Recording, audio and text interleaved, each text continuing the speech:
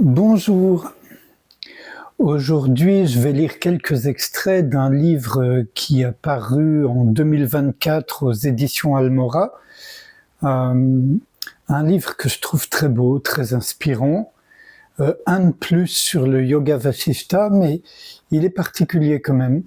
Donc c'est ce livre-ci, L'éveil dans le Yoga Vasishta, traduction du sanskrit, présentation et commentaires d'Yves Raymond.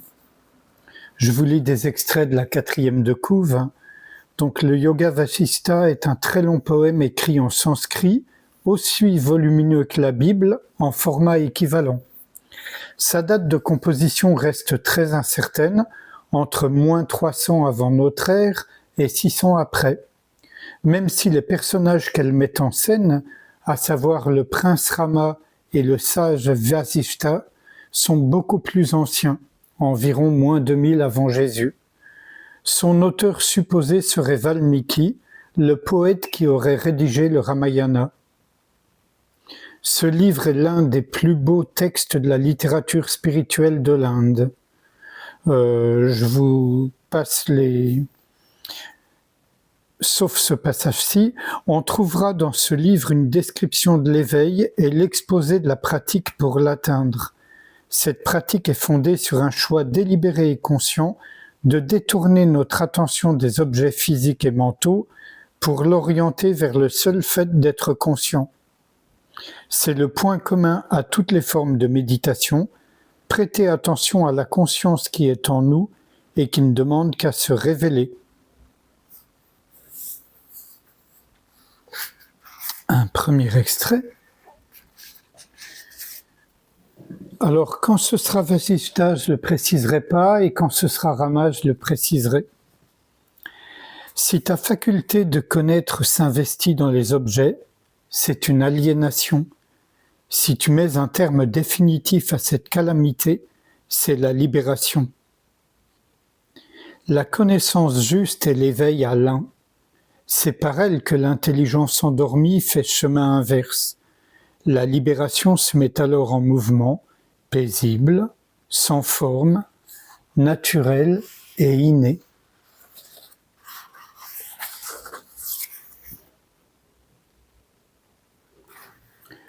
Le témoin, l'observateur, ne devient pas les objets, car ceux-ci n'apparaissent pas en dehors de lui. Il resplendit, seul, pur et sans mélange. Puisqu'il n'y a pas de cause, aucun objet n'apparaît.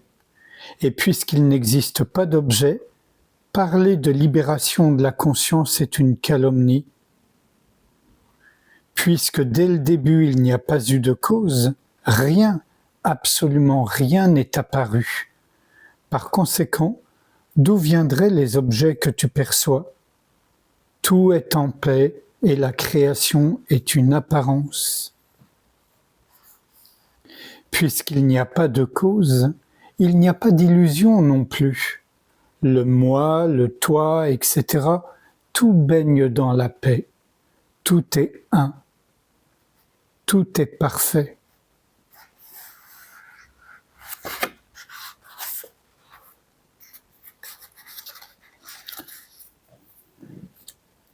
L'éveil nourrit l'éveil. Toutefois, un discours sur l'éveil peut aussi alimenter la production de concepts et d'objets. Tout ceci relève du monde phénoménal. Nous autres, les sages, n'avons jamais été à l'origine de l'éveil. En essence, l'état d'éveil est l'état du « je ». Les deux sont aussi indissociables que le mouvement de l'air et du vent, et le vent, pardon. Pourquoi alors qualifier d'erreur ou de maladie la dualité et tout ce qui va avec? Le lieu suprême est ici, unique, paisible, infini et parfait.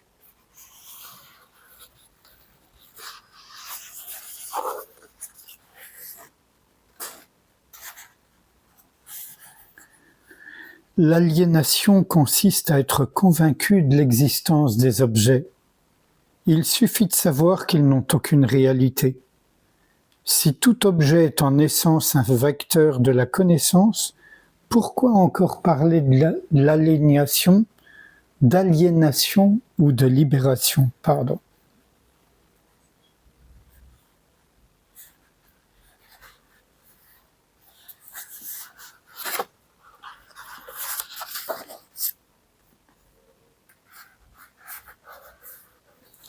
La connaissance juste est l'éveil à l'un.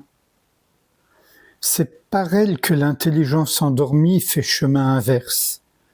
La libération se met alors en mouvement, paisible, sans forme, naturel et inné.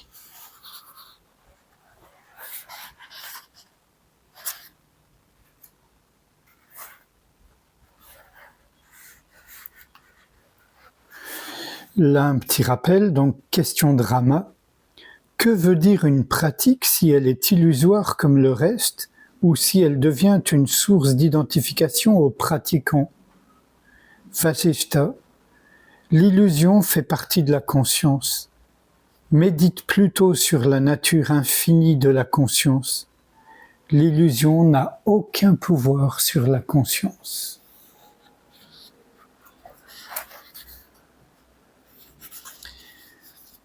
Question de Rama. Si ces conditionnements sont devenus insignifiants, s'il ne s'approprie plus cette masse d'objets, si pour lui le monde est devenu semblable à un rêve, que lui arrive-t-il? Réponse. L'individu du monde des formes, des désirs et des idées s'efface peu à peu. Ces conditionnements s'éteignent rapidement. L'homme, lui, connaît l'illumination.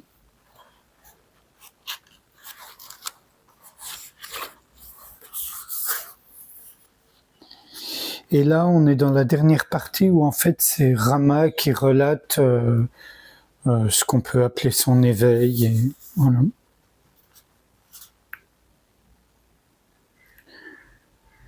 Donc, par rapport à l'éveil,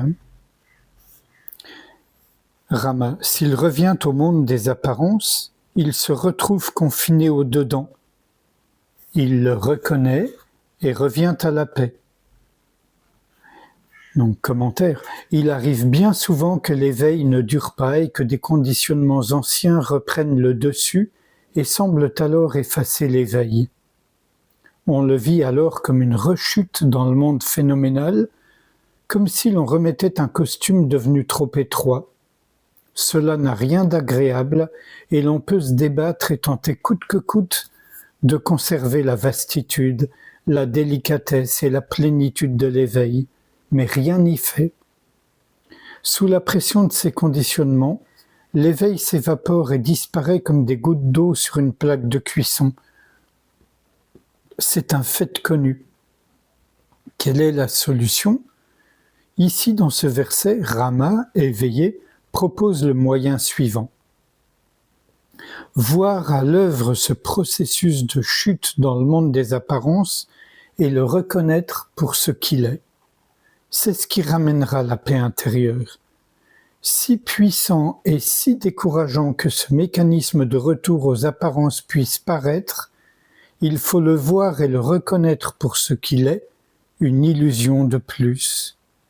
Il suffit de se souvenir encore et encore qu'aucun processus, aucune impression, aucun conditionnement ne peut affecter la conscience.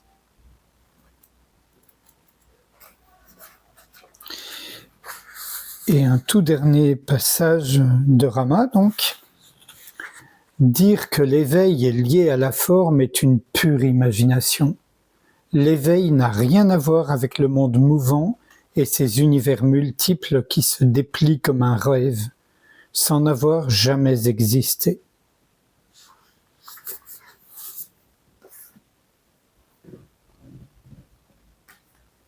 Sans réfléchir à ce qui vient d'être lu, je vous propose qu'on passe un moment ensemble en silence, dans cette même transparence, dans cette même capacité de réaliser que la conscience infinie n'est affectée par rien, ni les pensées, ni les sensations, ni les émotions. Rien. Accueillons tout ça dans la conscience infinie que nous sommes.